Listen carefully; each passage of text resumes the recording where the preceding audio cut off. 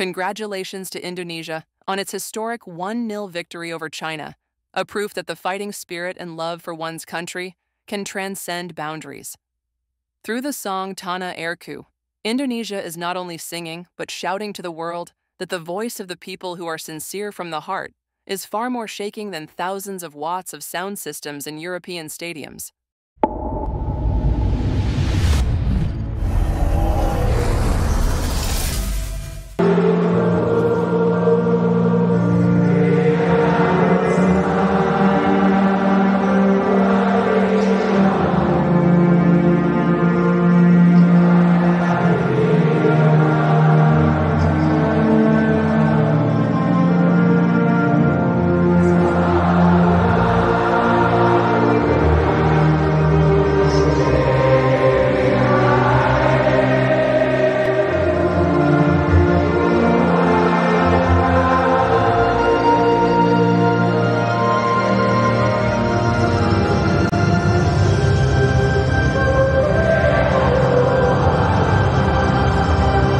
Tanah airku tidak kulupakan, kan terkenang selama hidupku.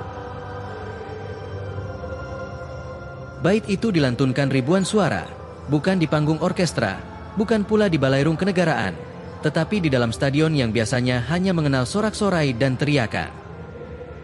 Malam itu, suara supporter Indonesia mengubah panggung sepak bola menjadi panggung nasionalisme, membuat jurnalis Liga Champions pun yang menyaksikan dari kilometer jauhnya sampai berdiri, kagum, nyaris tak percaya.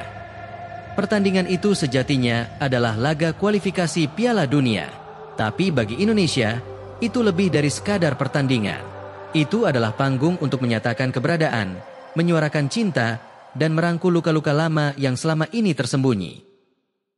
Dan ketika lagu Tanah Airku menggema, bukan dari pengeras suara stadion, melainkan dari dada, ribuan supporter yang berdiri tegak, tangan di dada, mata berkaca, semesta pun seakan ikut mendengarkan. Bahkan supporter Cina yang hadir di tribun GBK pun tak kuasa menyembunyikan kekagumannya. Mereka tidak mengerti bahasa yang dinyanyikan, namun mereka merasakan getarannya. Mereka terpaku, bukan karena kemegahan visual semata, tetapi karena ada sesuatu yang lebih dalam. Getaran yang menembus batas logika, menyusup ke relung hati. Bagi mereka, malam itu bukan lagi soal siapa lawan siapa, tapi tentang bagaimana sebuah bangsa menumpahkan seluruh cintanya pada satu panggung.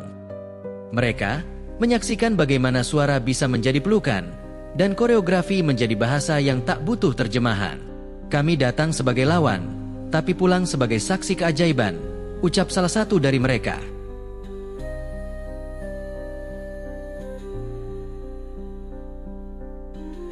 Laga kualifikasi Piala Dunia 2026 antara Indonesia melawan China menjadi momentum langka. Di balik kemenangan Garuda, dunia pun tertegun oleh koreografi megah yang dihadirkan para supporter. Sosok Gatot Kaca, sang satria langit dari kisah pewayangan, digambarkan tengah menjebol tembok besar China dengan pedang menyala.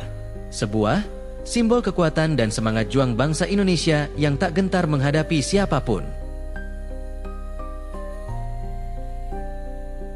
Koreografi luar biasa ini tidak hanya menjadi viral, tetapi juga mencuri perhatian FIFA.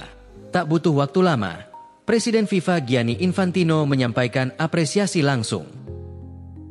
Dalam konferensi pers, ia berkata, supporter Indonesia bukan sekadar bersorak, mereka menulis puisi dengan warna dan semangat.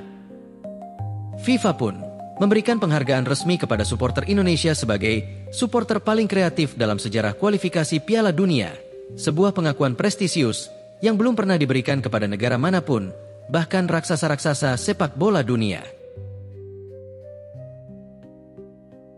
Ketua Umum PSSI, Erick Thohir, dengan mata berkaca-kaca menyampaikan rasa terima kasih mendalam kepada supporter. Kalian bukan hanya supporter, kalian adalah pilar moral, wajah Indonesia di mata dunia. Para penggagas koreografi mengungkapkan bahwa perjuangan berminggu-minggu tanpa tidur, tekanan logistik, dan kelelahan akhirnya terbayar. Mereka menyebut satu hal, kami tidak dibayar, tapi dibayar oleh cinta rakyat.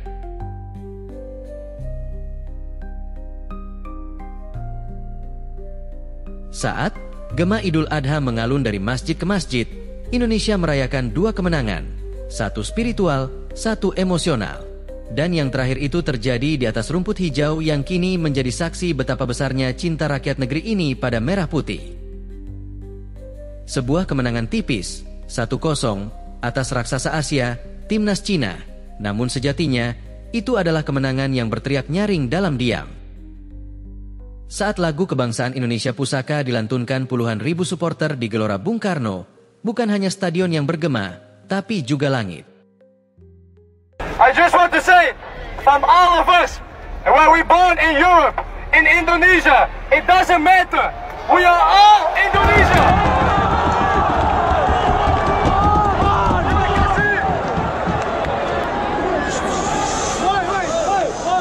Rangkul. Inilah awal dari semuanya. Semua awal perjalanan. Terima kasih atas jeripaya keringat kalian, tenaga kalian. Kalian telah bikin bangga kami. Ada sedikit kenangan untuk kalian.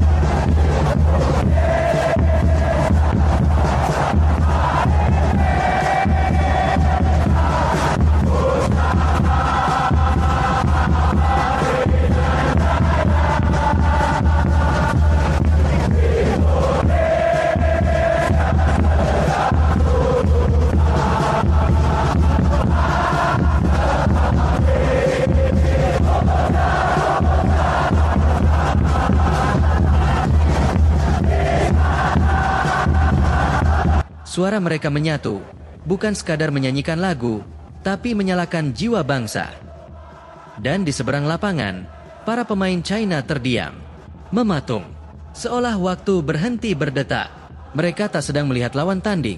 Mereka sedang menyaksikan bangsa yang sedang jatuh cinta pada tanah airnya dengan cara paling megah dan tulus yang pernah terlihat di panggung olahraga.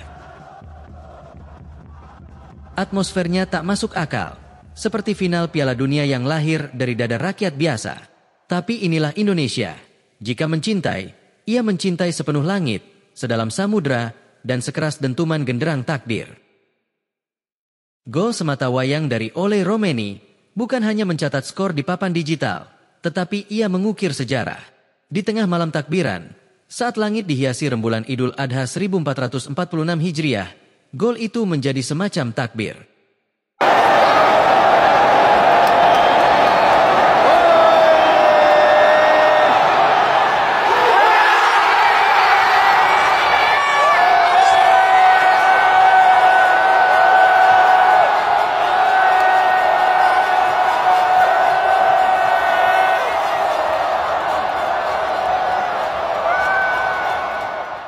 Dalam dunia yang seringkali getir dan sinis, Indonesia menghadirkan kehangatan, kekompakan, dan semangat nasionalisme yang membuat banyak negara terdiam, lalu bertanya, bagaimana bisa bangsa yang sering diremehkan, kini mengguncang pentas dunia?